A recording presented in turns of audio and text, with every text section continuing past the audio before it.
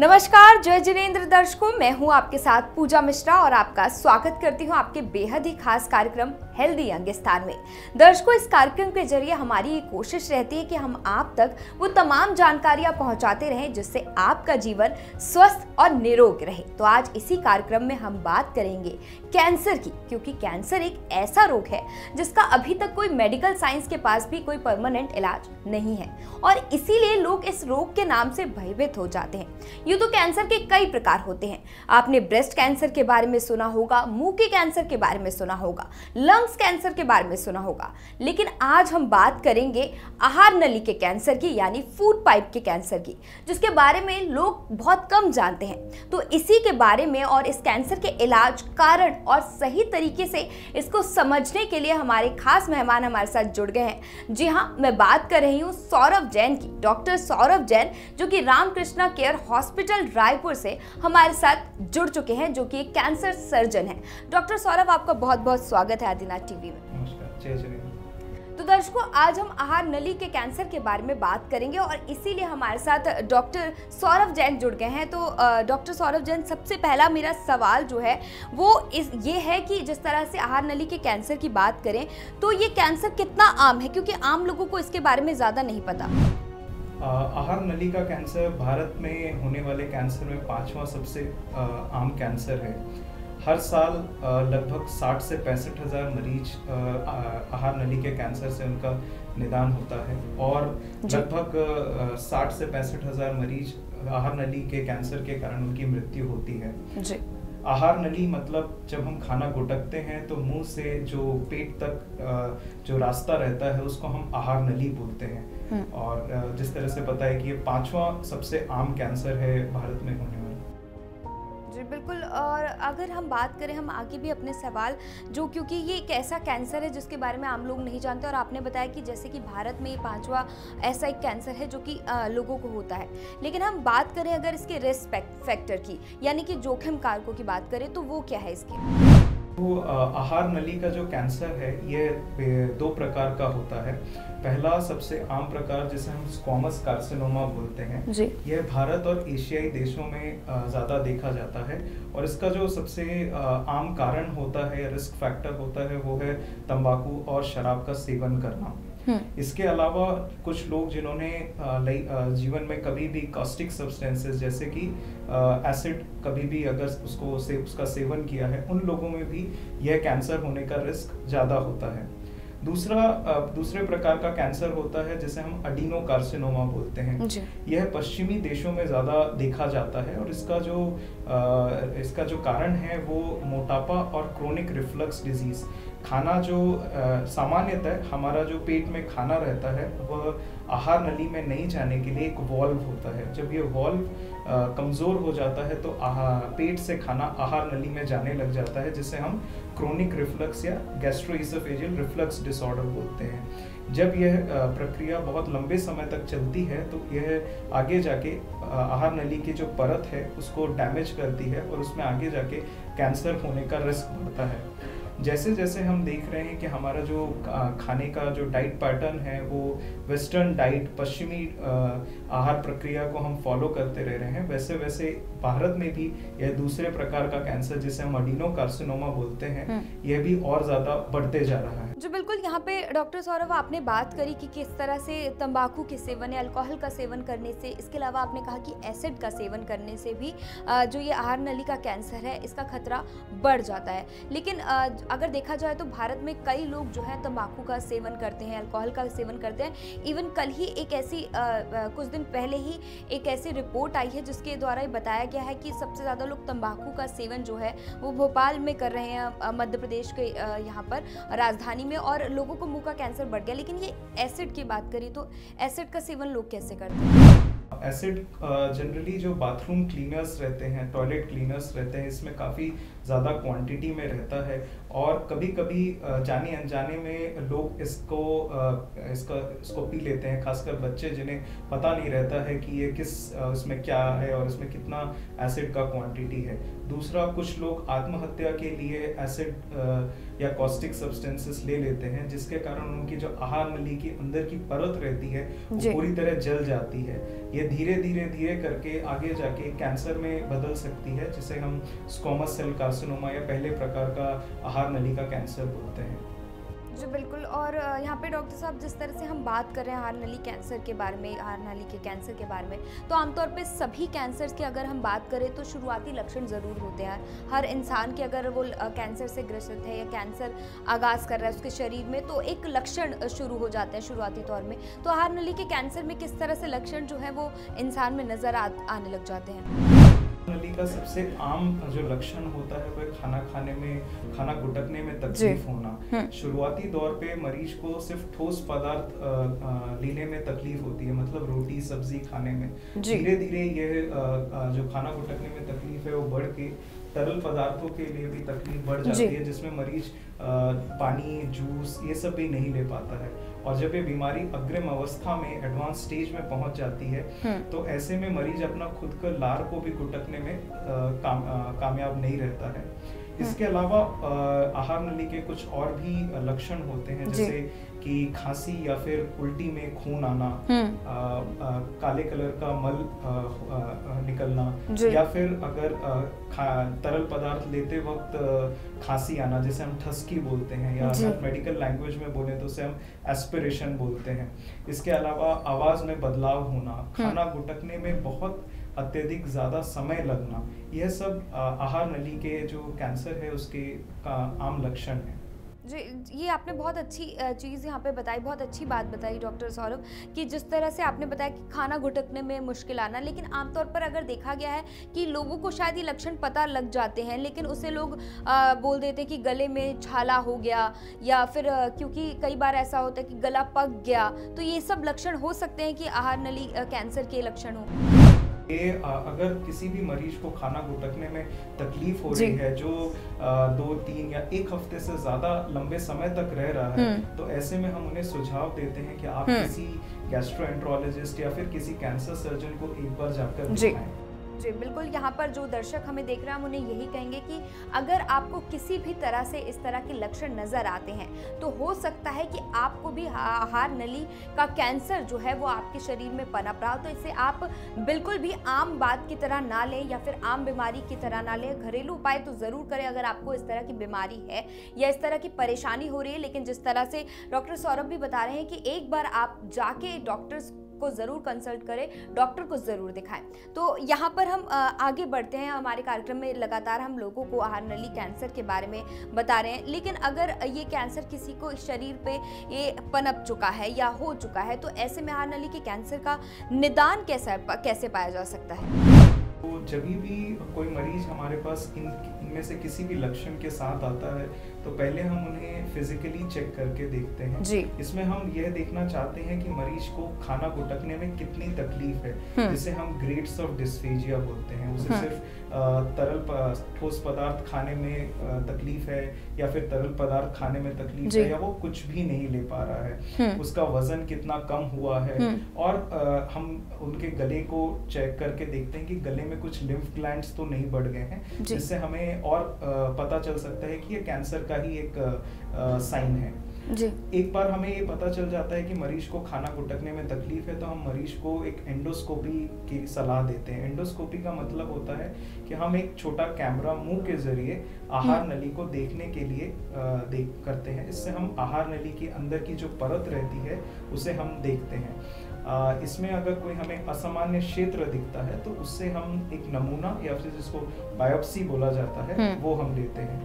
आमतौर पर लोगों के बीच में एक भ्रांति या मिथ्या रहती है कि बायोप्सी लेने से ये कैंसर जो है वो जल्दी स्प्रेड होता है, बट ऐसा कुछ भी नहीं है।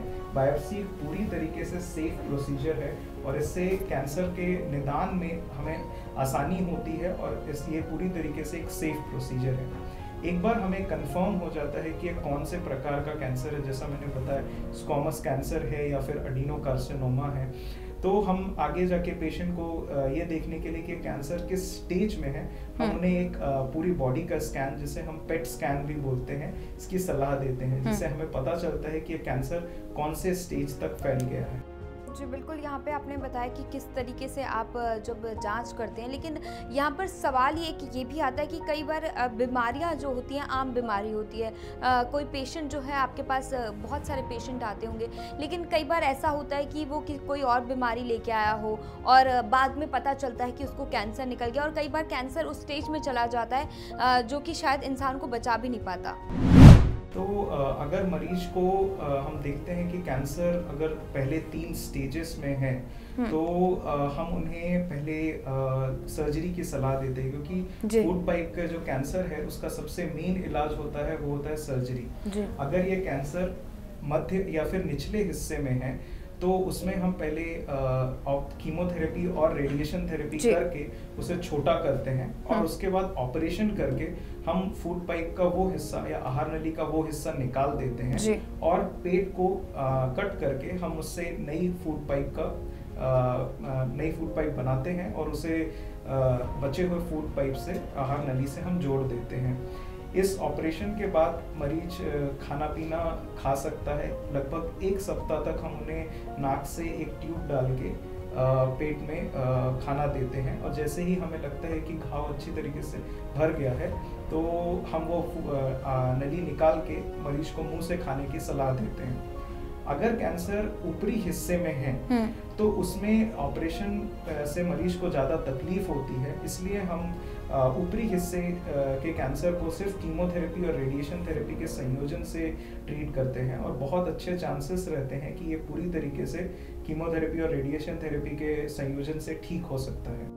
जी बिल्कुल, यहाँ पे आपने बताया कि कीमोथेरेपी और रेडिएशन थेरेपी की बात करी, लेकिन एक लोगों के मन में ये भ्रम ज़रूर रहता है कि कीमोथेरेपी और रेडिएशन थेरेपी जो है उसकी वजह से लोगों का शरीर जो है कमज़ोर पड़ जाता है, और देखा भी गया है कि जो लोग इससे गुजर रहे होते हैं या जिनको जो कीमोथेरेपी लग रही होती है उनके शरीर से बाल झड़ जाते हैं या उनका शरीर काला पड़ जाता है। इसकी क्या वजह होती है और क्या बाद में भी ये प्रॉब्लम आती है कि शरीर कमज़ोर पड़ जाता है? सामान्यतः अगर हम आज मॉडर्न कीमोथेरेपी के साइड इफ़ेक्ट्स या दुष्प्रभाव की बात करें तो जो तकलीफ होती है वो कीमोथेरेपी जिस दिन दिया जाता है उसके 1 या 2 दिन तक रहती है। उसके बाद मरीज को जो कमजोरी है वो पूरी तरीके से ठीक हो जाती है।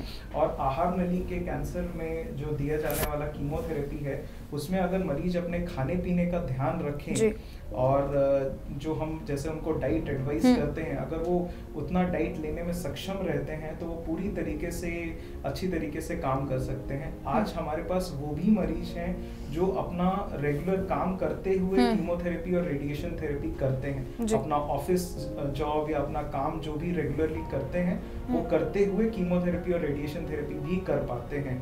तो आज के जो मॉडर्न कीमोथेरेपी और रेडिएशन थेरेपी है पूरी तरीके से सेफ है और मतलब बूढ़े से बूढ़े इंसान भी इस तरह की थेरेपी को टॉलरेट कर पाते हैं। जी बिल्कुल, और ऐसे में जिस तरह से अगर उपचार की बात करें तो जब हम इसका इलाज करा लेते हैं, उपचार करा लेते हैं, लेकिन इसके बाद भी इसकी सफलता की कितनी संभावना होती है और क्या इसके जो इलाज के बाद भी लोगों को अपने जो उनका सर्जन होता है, जो उनका डॉक्टर होता है, उनसे कंसल्ट करने की ज़रूरत है और कब तक कंसल्ट करने की ज़रूरत है? तो आहार नली का जो कैंसर है वो एक आक्रामक कैंसर है। जितना जल्दी हम उसे डायग्नोस करेंगे, जितना जल्दी उसका निदान किया जाएगा, उतने अच्छे चांसेस हैं कि हम उसे पूरी तरीके से क्योर कर पाएंगे। अगर बीमारी पहले 3 चरण में है, फर्स्ट 3 स्टेज में है, तो बहुत अच्छे चांस है कि वो पूरी तरीके से ठीक हो जाएगी। ऑपरेशन और कीमोथेरेपी और रेडिएशन थेरेपी कंप्लीट होने के बाद हम मरीज को सलाह देते हैं कि वो अपने सर्जन या कैंसर फिजिशियन के पास पहले हर 3 महीने में पहले 2 साल तक रेगुलरली दिखाते रहें। अगर सब कुछ ठीक रहता है तो इस अंतराल को हम बढ़ाकर 6-6 महीने में लगभग 5 साल तक हम उन्हें सलाह देते हैं कि आप अपने कैंसर सर्जन या कैंसर फिजिशियन को रेगुलरली दिखाते रहें। जी बिल्कुल, और लेकिन अगर हम बात कर रहे हैं कि इलाज की, लेकिन अगर शुरुआती तौर पर ही किसी को पता चल जाए फर्स्ट स्टेज में, या जब ये कैंसर जब उसके शरीर में पनप रहा हो तभी पता चल जाए, तो क्या इस कैंसर को रोकने के कोई तरीके हैं? अगर हम फूड पाइप का जो कैंसर है, ऐसे तो इसमें हमारे इंडिया में इस पे कोई स्क्रीनिंग निर्देश नहीं है, स्क्रीनिंग गाइडलाइंस नहीं है। पर अगर मरीज तंबाकू और शराब के सेवन से दूर रहते हैं तो बहुत अच्छे चांसेस हैं कि जो पहले प्रकार का कैंसर जिसे हम स्क्वामस सेल कार्सिनोमा बोलते हैं वो पूरी तरीके से बचाया जा सकता है।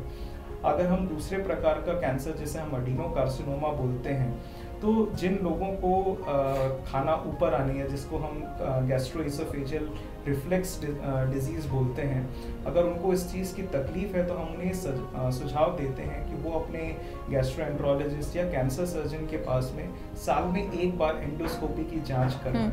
एंडोस्कोपी से हमें ये पता चलता है कि जो अंदर आहार नली की जो अंदर की परत है उसमें कुछ बदलाव तो नहीं आ गए हैं। अगर वो बदलाव आ गए हैं तो हम उसे एंडोस्कोपी के थ्रू ही पूरी तरीके से ठीक कर सकते हैं। तो इस तरीके से हम दोनों प्रकार के कैंसर को, अगर हम जागरूक हैं और लोगों को इसके बारे में पता है, तो हम उसे पूरी तरीके से रोक सकते हैं या उसे शुरुआती दौर पे उसका निदान करके हम बहुत सारे बड़े कीमोथेरेपी, रेडिएशन थेरेपी या बड़े ऑपरेशन से भी बच सकते हैं। बिल्कुल, ये बहुत अच्छी बात है कि अगर हम शुरुआत तौर पे ही पता कर ले इस कैंसर के बारे में तो हम इससे बच सकते हैं। लेकिन एक सवाल ये भी है डॉक्टर सौरभ कि जिस तरह से, क्योंकि खान पान बहुत ज़रूरी होता है सेहत के लिए, हमारे शरीर के लिए, ऐसे ही क्या जब इस तरह के कैंसर, जैसे आपने बताया कि तंबाकू का सेवन कम करना चाहिए, अल्कोहल का सेवन कम करना चाहिए, तो इस तरह से अगर हम अपने खान पान की डेली बेसिस के, अगर हम डाइट की बात करें, क्या उसमें भी बदलाव ला के हम इस कैंसर को यहाँ पर रोक सकते हैं?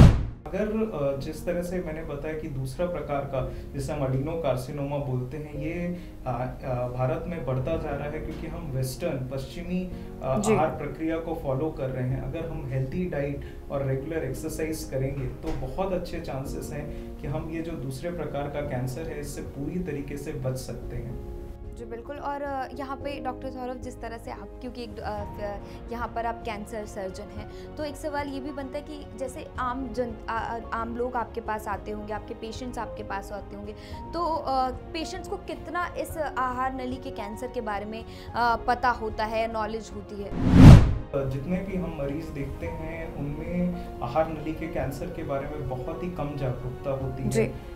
ऐसे तो ये 5वां सबसे आम कैंसर है, पर फिर भी लोगों को इसके बारे में बिल्कुल पता नहीं होता है और वो बहुत लंबे समय तक उस बीमारी, उस तकलीफ से गुजरते रहते हैं। पहले उन्हें खाना गुटकने में, जैसे कि सॉलिड फूड या ठोस पदार्थ खाने में तकलीफ होती है, फिर अगर वो खाना गुटक पाते हैं तो उसे महीनों उसे इग्नोर करते हैं और धीरे धीरे बीमारी बढ़ती जाती है। तो आज भी हम ये देख रहे हैं कि लोगों के बीच में इस आहार नली के कैंसर के बारे में जागरूकता बहुत कम है।